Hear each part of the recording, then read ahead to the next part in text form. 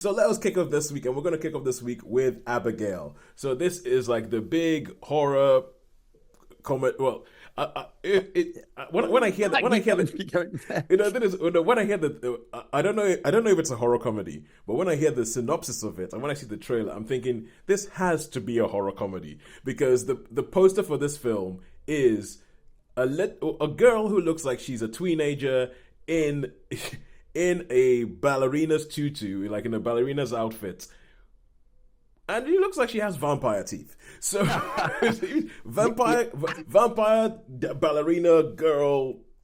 I think that's got to be a horror comedy. But sure, tell me about this. Yeah, okay. So I'll give you a quick summary of the film, quick synopsis.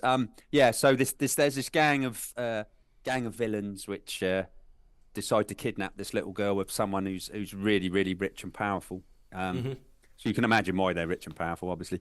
And I think in the trailers, there's no, it's not going to be any spoilers to say that. So they kidnap this girl, they take her to this house, and the chap at the house says, right, okay, we got to keep her. We're going to try and get a lot of money and all that. And Yep. so they keep her in chains and all that. And obviously she's all sweetness and and one of the gang members, they say, oh, you're in charge, you look after her. And she's like, would you make me a pinky promise that you won't let him hurt me and all that?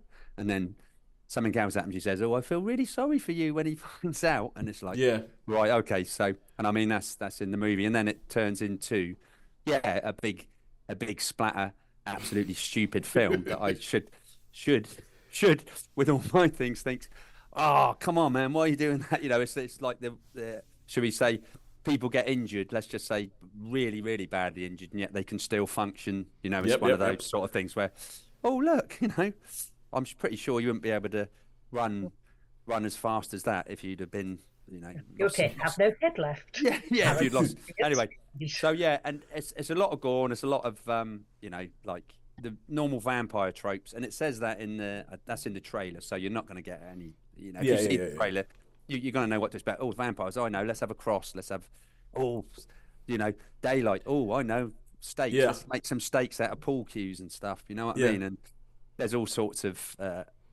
acrobatics going on, and obviously these people, the crosses things don't work and all that, and she sort of laughs, and it's pretty damn funny. It is. I thought it's really, yeah, it is. So it's a horror comedy, yeah, and I didn't know it was going to be a horror comedy. I thought it was going to be something like Annabelle, like the I don't know why Annabelle films, those sort of films, but yes, no, just trying to be a straight up horror.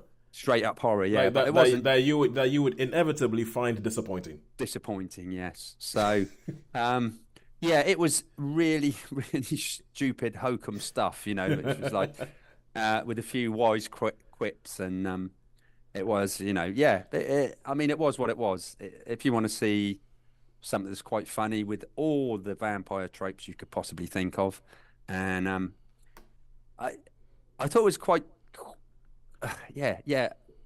I did find, as I say, stupid. You get like the stoners, and you got one guy who's like super tough. They've picked. Oh yeah. So in the build up, they sort of you get a little bit of a backstory to what each of them are. Like he goes, oh yeah, Semper Fi. So one would be a Marine, and then you got some.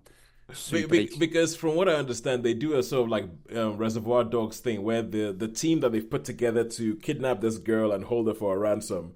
They don't know each other before they that's right. They don't know each other. They don't know each other's names and everything like that, and they just put them together to do this high secret kidnap this girl and for some reason. Yeah, and so it does sound that. But I mean, one of the reasons, actually, I think I know one of the reasons why I immediately thought this was a horror comedy is because of the directors. The directors are a collective called Radio Silence. There's two guys, I think it's Matt Bettinelli and Tyler Oplin or something like that. I've probably gotten them the wrong way around, but they also directed Ready or Not. Okay. Oh right. Okay. Yeah. They directed Ready or Not, and they directed the last two Screen films. So, but Ready or Not is the one that made me think. Ready or Not. Yeah. What was that, Holly? I love Ready or Not.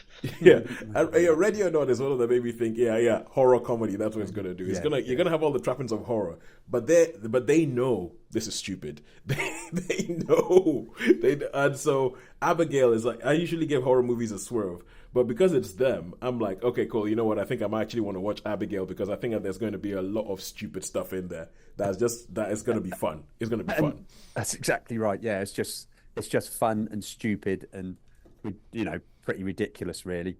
And obviously, there's the ending. You got to expect someone to turn up. I imagine that there's going to be a tease. I imagine there's going to be a tease for a sequel. What I think about it now is dumb.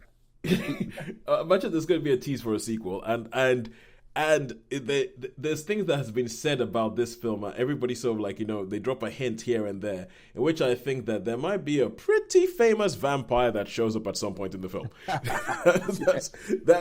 mean, nothing has been said outright, but the way people say it, and I'm just kind of like, well, okay, I'm expecting him to show up at some point. but anyway, how many stars would you give this? Okay, I'll give this a 3-star. This one, as I say, Okay.